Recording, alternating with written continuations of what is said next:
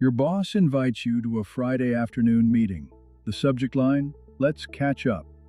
You walk into the meeting and notice there is another person in the room that you don't recognize. You find out quickly it's HR. By 3 p.m., you're unemployed, laid off from a job you've been at for 10 years, paying $150,000 plus bonuses. It hits you like a ton of bricks. What are you going to do?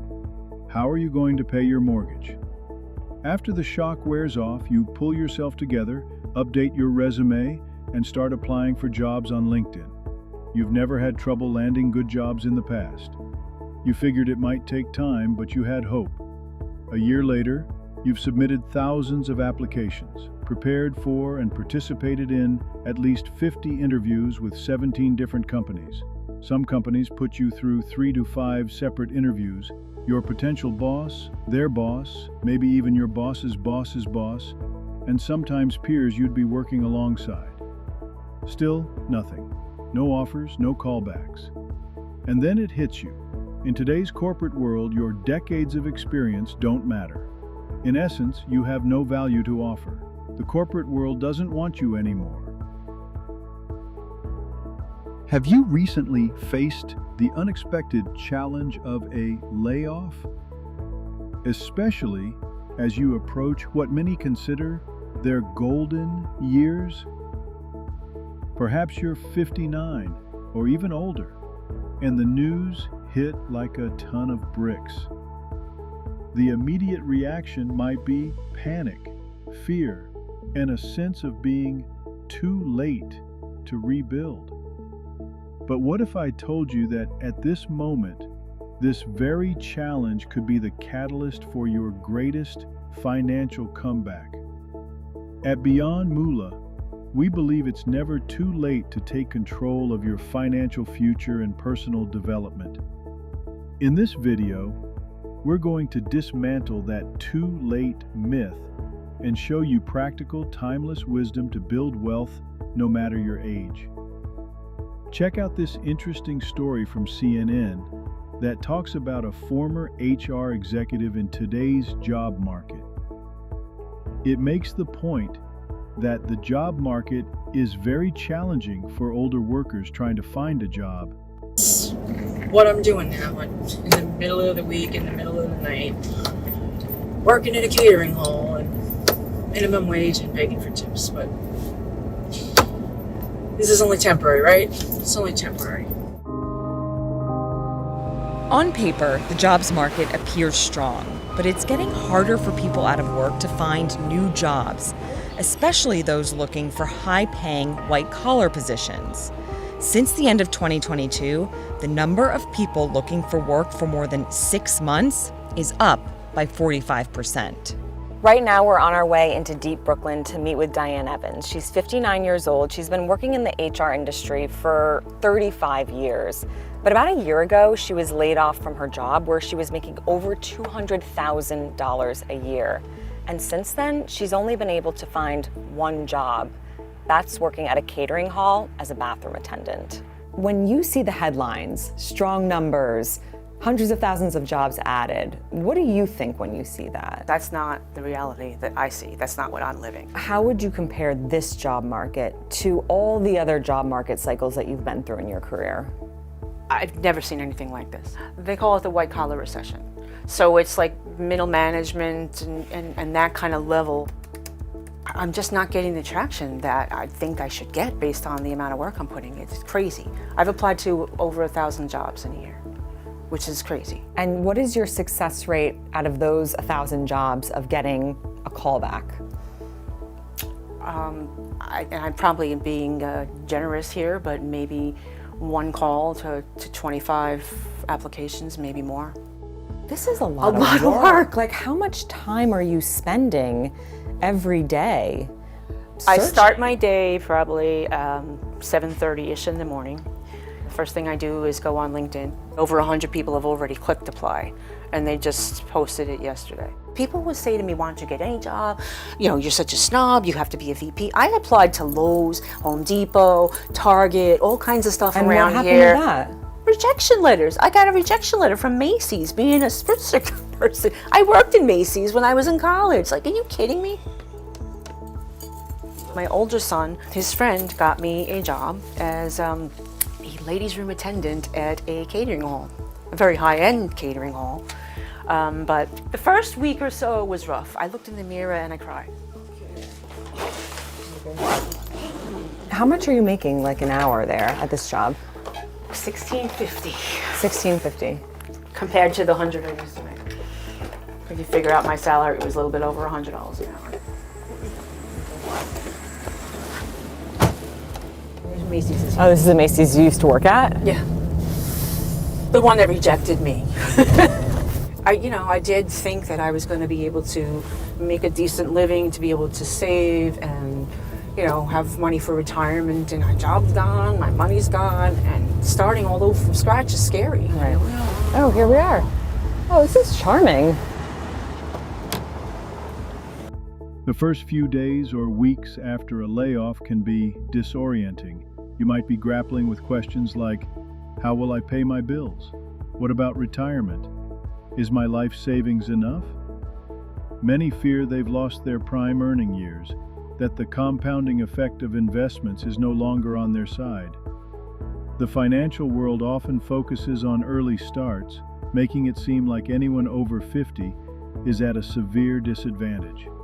This narrative can be paralyzing, leading to inaction or worse, rash decisions like prematurely tapping into retirement funds. But let's pause.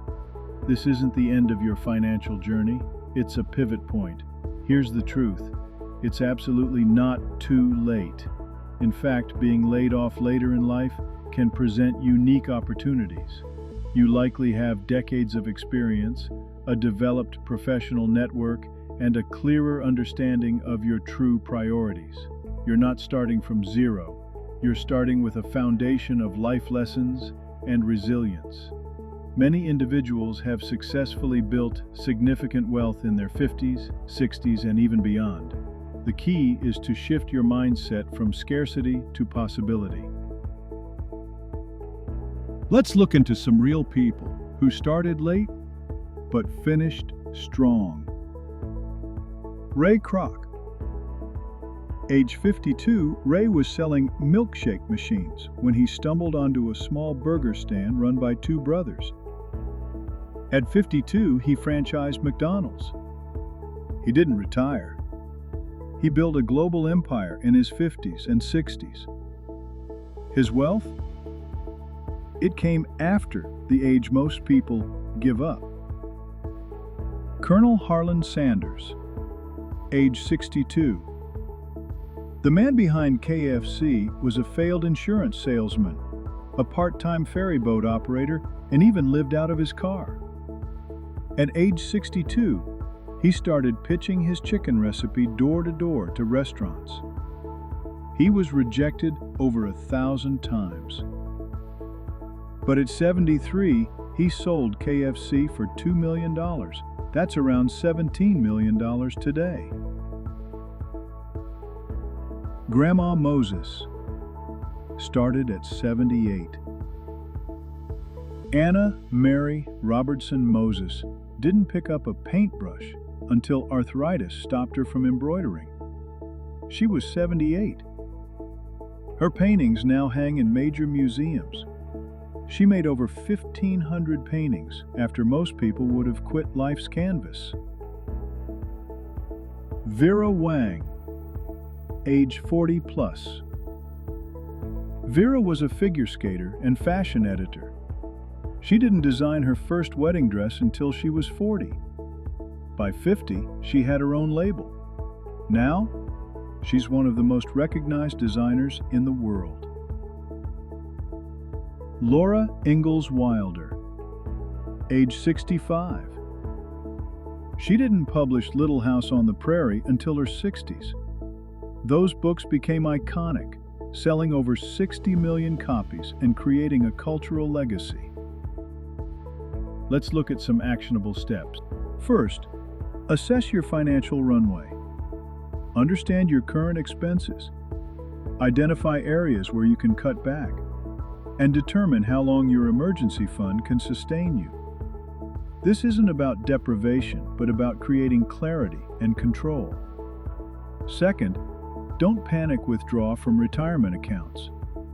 Early withdrawals before 59 and a half often incur penalties and taxes. Explore options like rolling over your 401k to an IRA. Third, leverage your network. Reach out to former colleagues, mentors, and industry contacts. Job opportunities often come through referrals. Fourth, upskill or reskill. The job market is constantly evolving.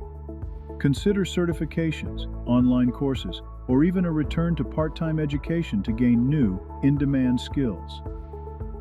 This isn't just about finding a new job, it's about increasing your earning potential and opening new income streams. For long-term wealth building, even starting later, focus on these strategies. Maximize catch-up contributions.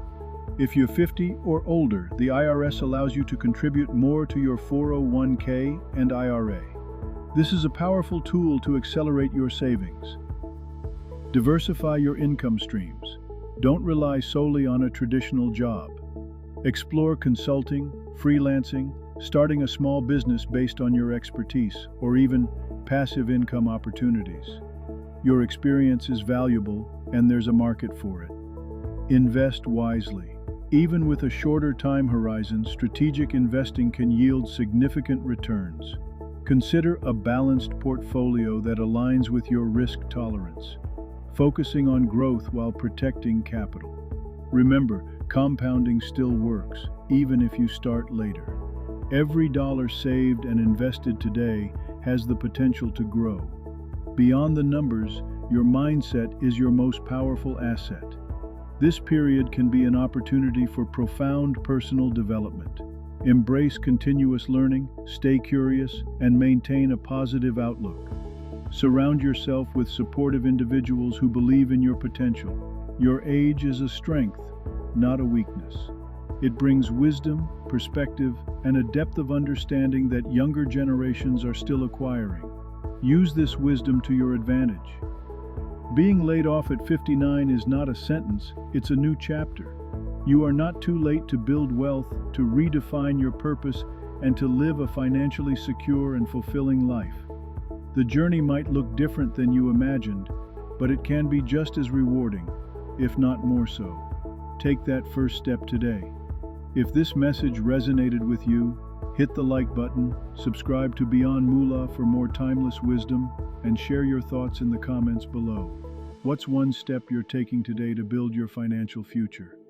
We're here to empower you every step of the way. It's never too late. Build wealth.